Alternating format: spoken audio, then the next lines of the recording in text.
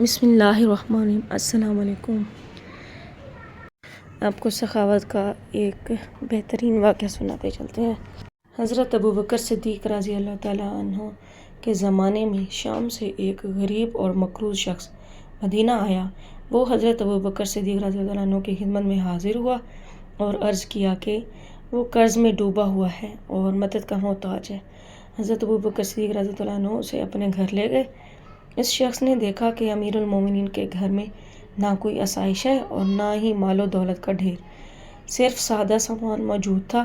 حضرت ابوبکر صدیق رضی اللہ عنہ نے فرمایا کہ وہ خود بھی کئی دنوں سے صرف کھجوروں پر گزارا کر رہے ہیں، اس لیے اس کی مالی مدد نہیں کر سکتے۔ پھر انہوں نے فرمایا کہ حضرت عثمان غنی رضی اللہ عنہ کے پاس جاؤ، کیونکہ جہاں میری استطاعت ختم ہوتی ہے وہاں سے عثمان رضی اللہ عنہ کی سخاوت شروع ہوتی ہے۔ وہ شخص حضرت عثمان غنی رضی اللہ تعالیٰ عنہ کے گھر پہنچا۔ حضرت عثمان رضی اللہ تعالیٰ عنہ نے اس کا بڑی محبت سے استقبال کیا، اسے کھانا کھلایا اور اس کا حال پوچھا۔ جب اس نے بتایا کہ وہ قرض دار ہے اور مالی مدد چاہتا ہے تو حضرت عثمان رضی اللہ تعالیٰ عنہ نے فوراً اپنے خادم کو حکم دیا کہ اس کے لیے کھانے پینے کا سامان اور 100 اشرفیاں دے دی جائیں اور فرمایا کہ یہ تحفہ ہے، اسے واپس کرنے کی ضرورت نہیں۔ وہ شخص حیران ہو کر بولا کہ اسے تو صرف چند اشرفیوں کی ضرورت تھی، لیکن حضرت عثمان رضی اللہ تعالیٰ عنہ نے اس سے کہیں زیادہ عطا کر دیا۔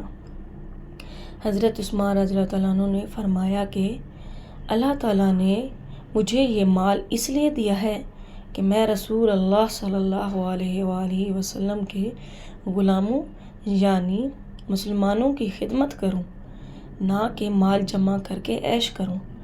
جب وہ شخص واپس جانے لگا تو حضرت عثمان رضی اللہ تعالیٰ عنہ نے فرمایا کہ حضرت ابوبکر صدیق رضی اللہ تعالیٰ عنہ کا بھی شکریہ ادا کرنا، کیونکہ انہی نے تمہیں میرے پاس بھیجا تھا۔ اس واقعے کا یہ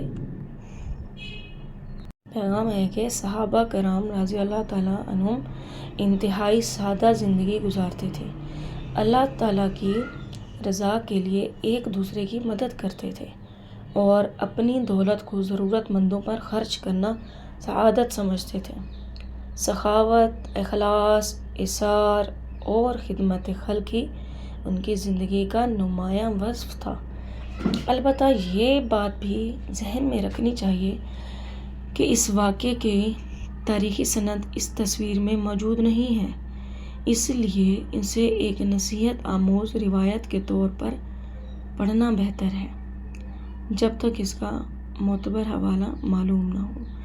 جزاک اللہ خیراً۔ ویڈیو پسند آئی ہو تو چینل کو سبسکرائب اور ویڈیو کو لائک کرنا مت بھولیے گا۔ مزید ایسی ویڈیوز دیکھنے کے لیے چینل کو سبسکرائب کر دیں۔